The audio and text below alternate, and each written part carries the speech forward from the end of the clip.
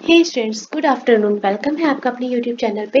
आज जो हम सिटिंग अरेंजमेंट के सेट लेके आए हैं, ये आपका एसटीआई क्लरिकल एग्जाम्स का है। प्रीलिम्स के क्वेश्चन सेट हैं। मैं आपको यहाँ पर मेंशन कर देती हूँ। जो भी हम सीटिंग अरेंजमेंट कर रहे हैं वो प्रीलिम्स एग्जाम के हैं। मेंस एग्जाम का आज हम नहीं लेके आए हैं, आज हम प्रीलिम्स करवाएंगे क्योंकि हमें मार्क्स स्कोर करने हैं ताकि हम प्री क्वालिफाई करके मेंस के लिए क्वालिफाई कर पाए। ठीक है, चलो देखो, कुछ हमारे पास सर्टेन सिटिंग अरेंजमेंट रहेंगे, कुछ हमारे अनसर्टेन। ठीक है, देखते हैं। क्वेश्चन हिंदी और इंग्लिश दोनों में मेंशन है आपके पास, तो कोई प्रॉब्लम नहीं होगी। A certain number of person sit in a linear row and all face north. एक निश्चित संख्या में व्यक्ति जो है हमारे रैखिक पंक्ति में बैठे हैं और सभी का फेस किस साइड है? North side. जब आपके साइड्स की बात आती है आपको याद होना चाहिए नॉर्थ हमारा किस तरफ रहता है? इस साइड फेसिंग। ठीक है, चलो आगे बढ़ते। 6 person sit between D and J. D और जे के बीच में 6 पर्सन बैठे हुए। ठीक है, तो अभी हमें नहीं पता कि हमारा डी और जे कहाँ बैठेगा, तो हम यहाँ पर एक पॉसिबल डायग्राम साथ में लेके चलेंगे ताकि हमारा जो है डायग्राम बार बार हमें बनाना ना पड़े। तो 1 2 3 4 5 एंड 6 पर्सन बीच में बैठते हैं। ठीक है, जे हमने यहाँ पे डाल दिया। ठीक है, सेकेंडली डायग्राम अगर आप बात करेंगे तो हमारा कुछ इस तरह से हो जाएगा कि हमने डी को बैठाला कहाँ? इधर पे, और जे को अपोजिट साइड लिया है। 1 2 3 4 5 एंड 6 पर्सन छोड़ के हमारा जे यहाँ पर आ गया। ठीक है, अगर आप खुद से पजल करेंगे, सिटिंग अरेंजमेंट करेंगे तो आपका जल्दी हो जाएगा, लेकिन हम आपको एक एक लाइन समझा के कराएंगे इसलिए थोड़ा सा टाइम हमें लगेगा। चलो आगे चलते हैं। फिर क्या बोला? ई डी के बाएं 5वें स्थान पर बैठता है। यहाँ पर अब नॉर्थ फेसिंग है तो डी का बाएं किधर होगा? 1 2 3 4 एंड 5। तो 5th पोजीशन पे कौन आ जाएगा? ई।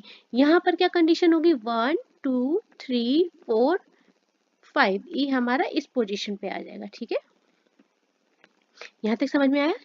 के डी के ठीक दाएं बैठता है, तो के डी के ठीक दाएं बैठेगा तो यहाँ पर तो ये इस पोजीशन पे आ गया, और यहाँ पर किस पोजीशन पे आएगा? यहाँ पर। यहाँ तक क्लियर? आगे चलते। के और जी के बीच में कोई व्यक्ति नहीं बैठता है। अगर के और जी के बीच में कोई व्यक्ति नहीं बैठेगा, नो पर्सन सिट बिटवीन के एंड जी, देन वो दोनों आपस में पास पास पे बैठेंगे। ठीक है, लाइक इस तरह से। तो यहाँ पर आ गया हमारा जी। यहाँ तक समझ में आया? चलो, एच ई के दाएं दूसरे स्थान पर बैठता है, तो ई के दाएं 1 2, एच यहाँ बैठ जाएगा, और यहाँ पर एच कहाँ आ जाएगा? 1 एंड 2, एच यहाँ आ जाएगा। ठीक, आई एच के बाएं से छठे स्थान पर बैठता है, तो एच का बायां इस तरफ होगा और आई कहाँ बैठेगा? 6th पोजीशन पे। तो काउंट करो, 1 2 3 4 5 एंड 6। आई यहाँ पर प्लेस हो गया। यहाँ पर काउंट करो, 1 2 3 4 5 एंड 6 पोजीशन पर हमारा क्या हो गया? आई। यहाँ तक समझ में आया? आई एच और आई के बीच में बैठे व्यक्तियों की संख्या जो है, कितने बैठे हैं? वो जे के दाएं बैठे व्यक्तियों की संख्या के बराबर है। यहाँ देखो, एच और आई के बीच में कितने पर्सन बैठे हैं? 1 2 3 4 5, यानी कि जो 5 पर्सन यहाँ बैठे, क्या बोला है? जे के दाएं बैठे व्यक्तियों की संख्या है। यहाँ पर 5 लोग उसके पीछे बैठे हैं, तो यहाँ पर कितना हो जाएगा? 1 2 3 4 5 लोग और इधर बैठेंगे। ठीक है, इधर में नेक्स्ट वाले हमारे डायग्राम में क्या होता है? एच और आई के बीच में कितने लोग बैठे हैं? 1 2 3 4 5, 5 लोग बैठे हैं। अब जे हमारा यहाँ बैठा है, जे के दाएं जब आप काउंट करोगे तो कितना प्लेस बनेगा? 1 2 3 4 5, लेकिन ये देखो एक्स्ट्रा 1 2 3 4, 4 पर्सन एक्स्ट्रा हो गए। इस वजह से हमारा ये जो स्टेटमेंट है, ये जो अरेंजमेंट है, ये हो जाएगा गलत। क्यों गलत हुआ? समझ गए ना? क्योंकि हमारे सिटिंग अरेंजमेंट में क्या बोला था? एच और आई के बीच में जितने लोग बैठे उतने ही जे के दाई तरफ बैठेंगे, लेकिन यहाँ पर तो भाई जे के पास पूरी बाजार लगी हुई है, तो इसलिए हमारा ये अरेंजमेंट हो जाता है गलत। ऊपर वाले को आगे हम लोग कैरी ऑन करेंगे। आई एफ के दाएं से तीसरे स्थान पर बैठा है। ठीक है, तो आई जब एफ के दाएं तीसरे स्थान पर जाएगा तो कहाँ जाएगा? 1 2 3, यानी कि एफ का दाया इधर ही तो होगा। जब एफ को आप इसके आगे बैठा लेंगे तब तो आपका आई दाएं स्थान पर आएगा ना।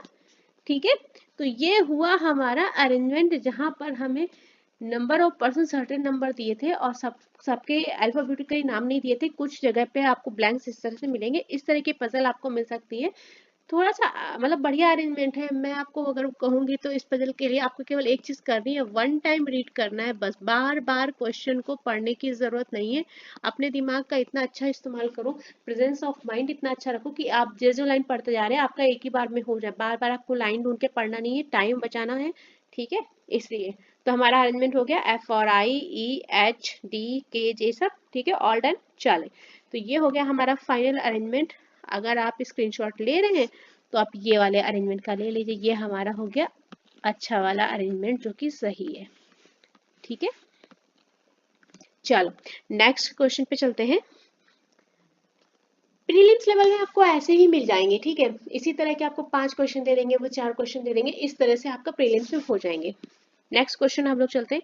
एक निश्चित संख्या में व्यक्ति एक रैखिक पंक्ति में बैठे हैं, ठीक है, इनमें से कुछ का मुख उत्तर की दिशा में है जबकि कुछ का मुख दक्षिण की दिशा में। देखो पहले वाला जो अरेंजमेंट था उसने हमें डायरेक्शन केवल एक ही डायरेक्शन दी थी, इसलिए हमारा थोड़ा सा जल्दी हो गया था।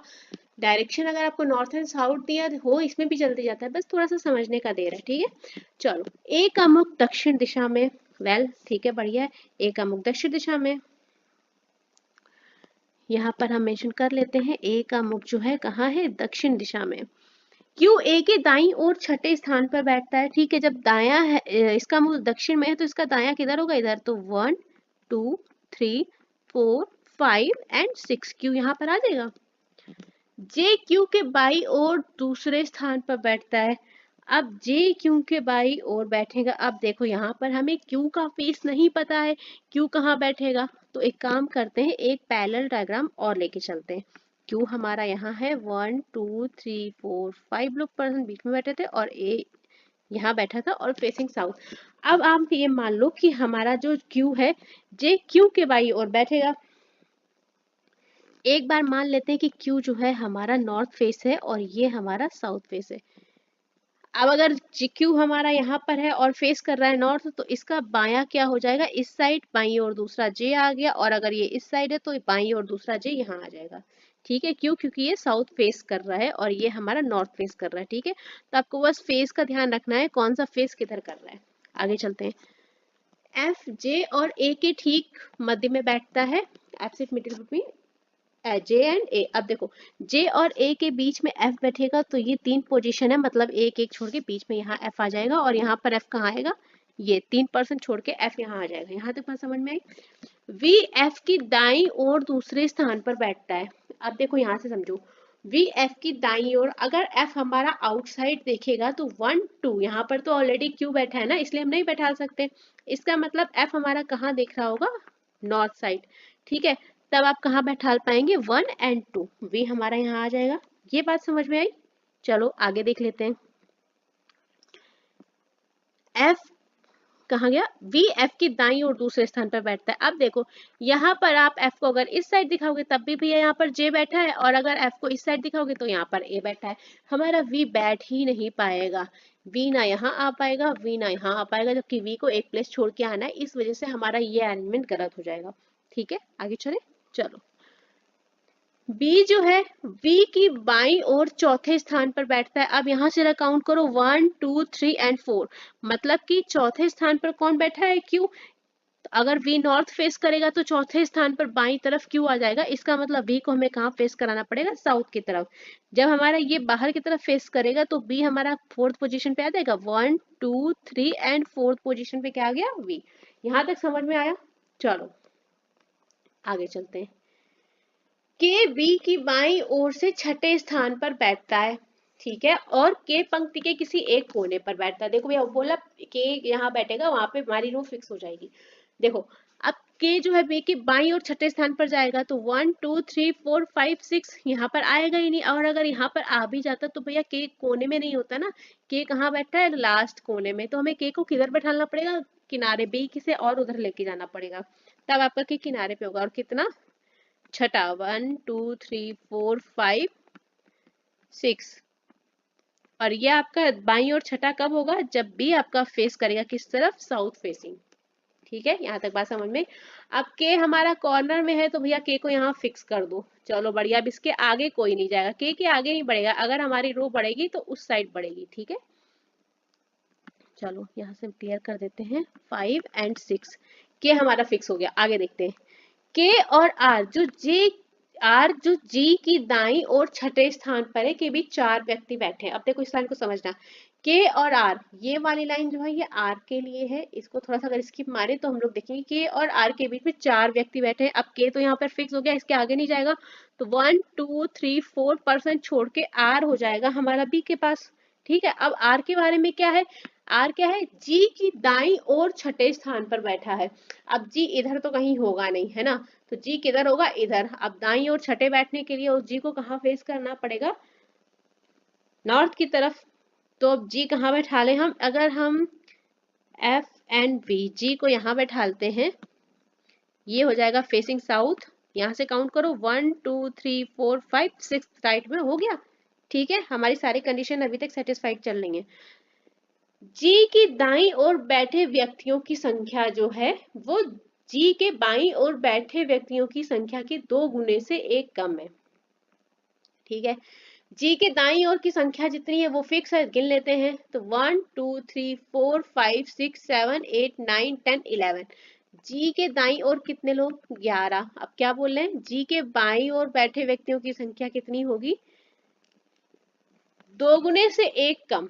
इसका मतलब जी के बाईं ओर कितने लोग बैठे होंगे हमारे, 6 लोग। कैसे भाई, अगर आप 6% बैठा लेंगे जी के लेफ्ट में तो इसका 2 गुना कितना होगा, 12।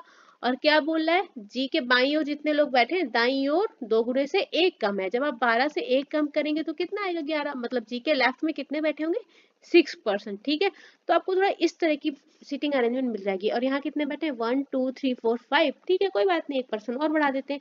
तो ये हो गया आपका फाइनल अरेंजमेंट। ठीक है, जहां तक अगर कोई दिक्कत लगे तो बताना, मैं फिर आपको एक्सप्लेन कर दूंगी, मुझे फिर से एक्सप्लेन करने में कोई प्रॉब्लम नहीं है। ये आपका फाइनल अरेंजमेंट है। ठीक है, तो आपने लास्ट में ये वाली नंबर कैसे निकाली, क्योंकि हमें क्या बोला गया था, जी के बाईं ओर जितने भी व्यक्ति बैठेंगे वो जी के दाईं ओर बैठे व्यक्तियों की संख्या के 2 गुने से 1 कम है। ठीक है, तो ये हमने ऐसे निकाला कि इधर 11% थे, 1 कम है, मतलब कितने हुए होंगे, 12। 12 हुए होंगे तो मतलब लेफ्ट साइड कितने हैं, 6, क्योंकि इसके 2 गुने हैं और 2 गुने से 1 कम है। ठीक है, तो यहाँ तक समझ में आया, कोई दिक्कत नहीं होनी चाहिए। अगर कोई दिक्कत लगे तो बताना। ठीक है, चलो नेक्स्ट क्वेश्चन पे हम लोग चलते हैं अपना। ये हमारा थोड़ा सा ज्यादा टफ नहीं है, ये बहुत छोटे छोटे से हैं जो आपको 1 या 2 लाइन में हो जाते हैं, इसलिए आपको इतने छोटे क्वेश्चन भी मिल जाते हैं। लेकिन जब आपको इस तरह का क्वेश्चन प्रीलिम्स में मिलेगा तो अकेला नहीं मिलेगा भैया, कि आप ये सोचो ये क्वेश्चन करने के बाद 5 क्वेश्चन पूछ देगा, तो ना, हो सकता है आपको 2 लाइन का क्वेश्चन दे और ये क्वेश्चन जो हो वो आपके टोटल 4 से 5 क्वेश्चन अलग अलग दे दे।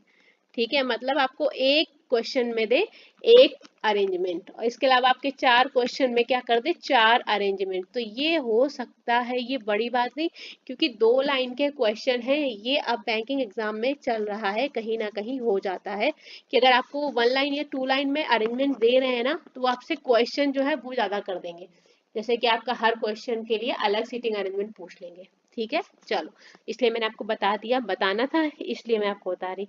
अच्छा, एक बात और मैं बताती हूँ, बच्चों को लगता है पजल टफ है या सिटिंग अरेंजमेंट टफ है या क्वांट टफ है ना, तो मैं एक बात बताऊं, आपको कोई भी टीचर जब भी पढ़ाता है, ठीक है, मान लो आप किसी भी टीचर से पढ़ने जाते हैं, आप ढूंढ के पढ़ने जाते हैं कि भाई हमको मैथ्स पढ़नी है तो हमें मैथ्स का टीचर चाहिए, हमको रीजनिंग पढ़नी है तो हमें रीजनिंग का टीचर चाहिए, इंग्लिश का टीचर अलग होता है। ठीक है, मतलब बढ़िया है, सारे टीचर अपने आप में अच्छे होते हैं भाई, लेकिन आप ये देखो कि कोई एक टीचर एक सब्जेक्ट पढ़ा सकता है या एक टीचर 2 सब्जेक्ट पढ़ा सकता है ना। बट मैं मानती हूँ एक स्टूडेंट ऐसा है जो अकेला, जिसको कि पूरे के पूरे 8 से 9 सब्जेक्ट आप पढ़ा सकते हो, उसकी हर सब्जेक्ट पे पकड़ अच्छी होती है। कोई मैथ का टीचर होगा, उसकी मैथ में पकड़ बहुत अच्छी होगी, लेकिन उसका दूसरा सब्जेक्ट वीक होगा। भाई जितना अच्छा मैथ पढ़ा लेता उतना अच्छा इंग्लिश पढ़ा सकता है क्या, शायद पढ़ा सकता हो, अगर इंग्लिश पढ़ा लेगा तो रीजनिंग नहीं पढ़ा पाएगा, है ना। तो सारी ही चीजें, बट एक स्टूडेंट अपने आप में इतना पावरफुल है, इतना ही ज्यादा पावरफुल है कि वो 8 से 9 सब्जेक्ट सब एक साथ लेके चल सकता है, उसकी हर सब्जेक्ट पर पकड़ एक साथ हो सकती है। तो सोचो, ये मत सोचो कि हमसे नहीं होगा, होगा, क्यों नहीं होगा? जब एक टीचर केवल एक ही सब्जेक्ट पढ़ पाता है और आप स्टूडेंटों के साथ से 8 सब्जेक्ट कवर कर रहे हो, समझ रहे हो आप आपकी कैपेबिलिटी क्या है? तो इस दो के मतलब कि नहीं होगा। तो स्टूडेंट कहीं ना कहीं अपने आप में मोस्ट पावरफुल पर्सन है। ठीक है, चलो देखते हैं। 7 व्यक्ति एक पंक्ति में उत्तर की ओर उन्मुख है। ठीक है भैया, उत्तर नॉर्थ फेस कर रहे हैं, नॉर्थ फेस कर रहे हैं तो मुंह किधर होगा? इस तरफ। पी के दाएं 4 से अधिक व्यक्ति बैठे हैं। ठीक है, अगर हमने पी को बैठाला तो 1 2 3 4 और 4 से ज्यादा तो हमने मान लिया कि 5 व्यक्ति बैठे हैं। पी और क्यू के बीच में 3 पर्सन बैठे हैं। ठीक है, 1 2 3 और क्यू यहाँ आ गया। और एक कंडीशन ये भी हो सकती है कि P हमारा यहाँ हो और जब 4 पर्सन आप यहाँ बैठा लेंगे 4 से ज्यादा और Q 1 2 3 Q। तो भैया एक बात बताओ, टोटल पर्सन कितने हैं? 7 व्यक्ति। दिमाग लगाओ थोड़ा, ये वाला डायग्राम बनाने की ही जरूरत नहीं थी, लेकिन आपको समझाने के लिए बता देते हैं।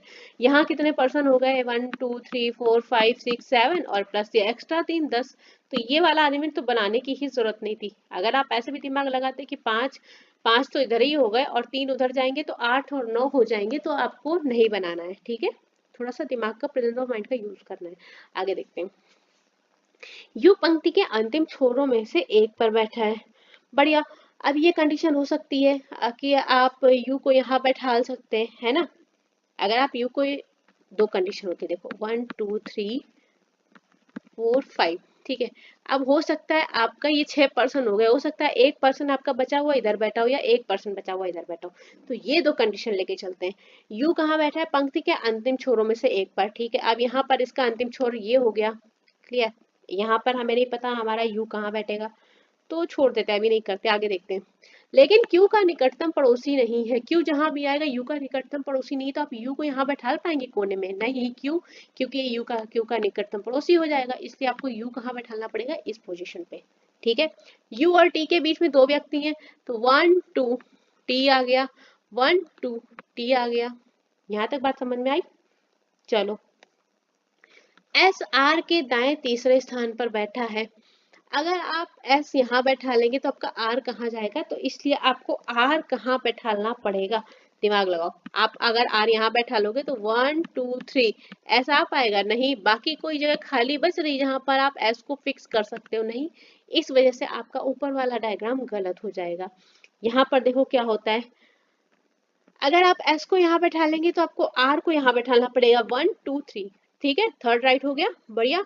अब V Q के बाएं बैठा है, V Q के बाएं बैठा है, बढ़िया। लेकिन उसने ये नहीं बोला ना ठीक बाएं बैठा है, तो कोई बात नहीं, V को हम यहाँ पे प्लेस कर देंगे। ठीक है, तो ये 1 लाइन अरेंजमेंट है, 2 लाइन का क्वेश्चन है। 2 लाइन का भी नहीं होगा भाई, थोड़ा सा फॉन्ट बड़ा है। ठीक है, मैं इसको बोलती हूँ सिंगल लाइन का क्वेश्चन है, सच बताऊँ तो ये वाला अरेंजमेंट क्यों गलत हुआ पता हो गया ना आपको? फाइनल अरेंजमेंट हमारा क्या बना? PVRTQSU। ठीक है, तो इस तरह के प्रीलिम्स में आपको क्वेश्चन कभी कभी एग्जामिनर के मूड की बात है, हो सकता है आपको एक अरेंजमेंट दे और इससे सिर्फ एक ही क्वेश्चन पूछे, दूसरा जो क्वेश्चन हो सकता है उससे आपका दूसरा अरेंजमेंट पूछ ले। ठीक है, वहां पर आपको 2 लाइन का दूसरा अरेंजमेंट दे दे। ठीक है, तो इसलिए मैंने आपको बता दिया है।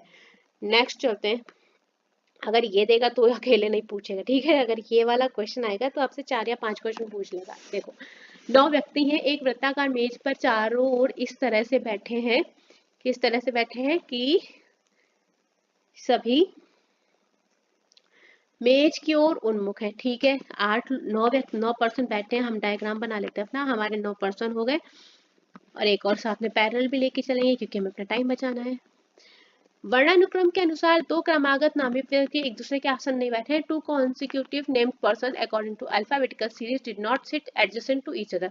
मतलब वो ये कह रहा है, अगर हमारा प्यू बैठा है तो सॉरी पी बैठा है, पी के पास क्यू नहीं बैठेगा और क्यू के पास आर नहीं बैठेगा। इस तरह से तो जो बराबर बराबर आ रहे हैं ये साथ में नहीं बैठेंगे। ठीक है, ये मैं पहले भी बता चुकी हूँ, पहले इससे पहले सिटिंग अरेंजमेंट कराया उसमें भी बता चुकी हूँ।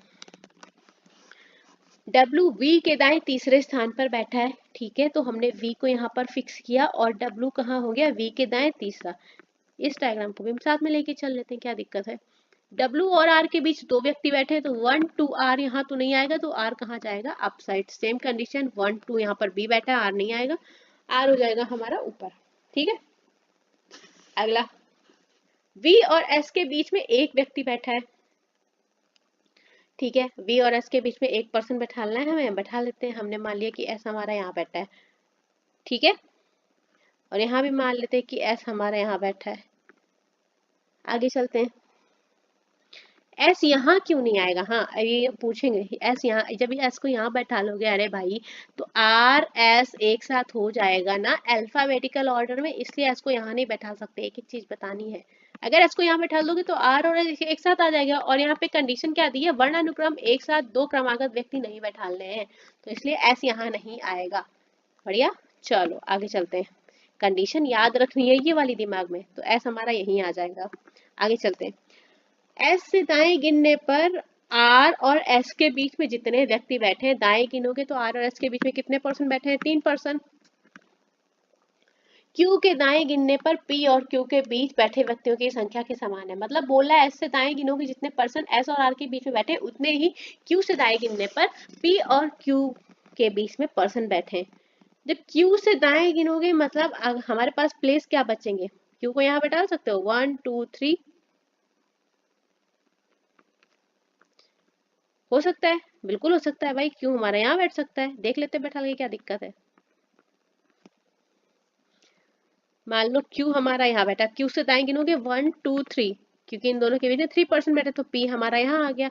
इस कंडीशन में गिन लो। अब यहाँ पर क्यू से दाएं बैठाना है तो 1 2 3 और पी हमारा यहाँ आ गया। यहाँ तक बात समझ में आई?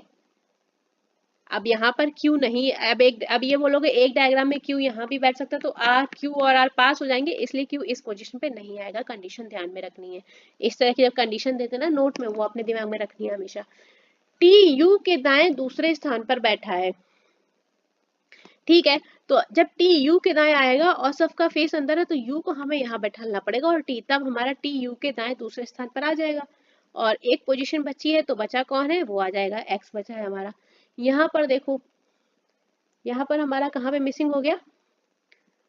ठीक है, पी और क्यू को हमने बैठा दिया, टी यू के दाएं दूसरे स्थान पर है। अच्छा आप बताओ, हमारे पास ये पोजीशन है, ये पोजीशन, और यहाँ पर आप टी और यू को कहाँ बैठा लेंगे? आपके पास जगह ही नहीं बची। जब दाएं दूसरे स्थान पर अगर आप यू को यहाँ बैठा लेंगे तो टी को यहाँ होना चाहिए, यू को यहाँ बैठा लेंगे तो टी कहाँ ले जाएंगे? यहाँ पर आप टी और यू की पोजीशन को ही फिक्स नहीं कर पाएंगे, इसलिए ये वाला डायग्राम तो आपका गलत हो जाएगा, ठीक है, और ये वाला डायग्राम सही हो जाएगा। हमने आज प्रीलिम्स लेवल के सीटिंग अरेंजमेंट किए, अगर आप स्क्रीनशॉट लेना तो इस मतलब मैं ग्रीन कर देती हूँ इसलिए कि आपका ये सॉल्यूशन सही है, ठीक है, ये गलत है और ये आपका सॉल्यूशन सही है। यहाँ तक बात समझ में आई? जब इस तरह के आपको नोट्स दिए रहते हैं तो हमेशा ध्यान रखो, इस नोट को दिमाग में ध्यान रखना है, नहीं तो गलत करोगे, भूल जाओगे तो आर के पास यहाँ पर एस बैठा लोगे तो कोई मतलब नहीं है, टाइम वेस्ट होगा और कुछ नहीं होना है ना, इसलिए। चलो, तो ये हमने प्रीलिम्स लेवल के आज सीटिंग अरेंजमेंट किए हैं। कल थोड़ा पजल करेंगे, थोड़ा अच्छे लेवल की, ठीक है, तो कल हम लोग अपना पजल सेट करेंगे। आज सीटिंग अरेंजमेंट हो गया। आई होप आप लोगों ने सिलॉक्स की वीडियो को पसंद किया हो, उसके सारे कॉन्सेप्ट रिवाइज कर लिए हो। सिलॉक्स के कॉन्सेप्ट रिवाइज कर लो, क्योंकि हम जब क्वेश्चन करवाएंगे तो हम आपको कॉन्सेप्ट लेके नहीं बैठेंगे, ठीक है। सिलॉगिज्म की वीडियो अपलोड कर दी है, एक बार रिवाइज कर लो, उस वीडियो से सारे के सारे कॉन्सेप्ट हमने वहाँ पे रेडी करवा दिए। और मैथ्स के लिए कल हम लोगों ने मिसिंग सीरीज की थी, शायद मिसिंग सीरीज किया हुआ था। और क्या क्या करवाया हमने? सिंप्लीफिकेशन एक सेट करवाया है, एक सेट हुआ है, मिसिंग सीरीज का एक सेट हुआ है, रॉन्ग सीरीज के मेरे ख्याल से 4 सेट हो गए हैं। और क्या बचा है? अप्रोक्सीमेशन। अप्रोक्सीमेशन भी एक आइडिया करके मैं आपको बता देती हूँ कि कैसे करना है, इसलिए इसका भी सेट एक अपलोड कर दूंगी। तो आज अप्रोक्सीमेशन कर लेंगे या तो, ठीक है, शाम को आप देख लीजिएगा। हमारा जो क्वांट का सेशन है वो शाम को हम अपलोड करते हैं इन इवनिंग 5 PM पे, इस तरह से अपलोड करते हैं। क्वांट के सेशन में जो हम करवाते हैं, एक बार उसको क्वेश्चंस को देख लिया करो, कभी कभी ऐसी टेक्निक बता देते हैं ना जो आपको काम आएगी, इसलिए, ठीक है। चलो, तो इस सेशन को यहाँ पर हम लोग खत्म करते हैं। आई होप आपको ये सेशन पसंद आया हो। प्रीलिम्स इसलिए करवाया क्योंकि प्रीलिम्स का एग्जाम लगा हुआ है, ठीक है, जैसे आपका प्रीलिम्स खत्म होगा हम मेंस लेवल की तरफ मूविंग फॉरवर्ड कर देंगे। चलो, तो अपने सेशन को यहाँ खत्म करते हैं, साथ में बने रहिए, और इवनिंग सेशन में हम अप्रोक्सीमेशन का सेशन लेके आएंगे, उसको जरूर देखिएगा, ठीक है। चलिए, थैंक यू सो मच।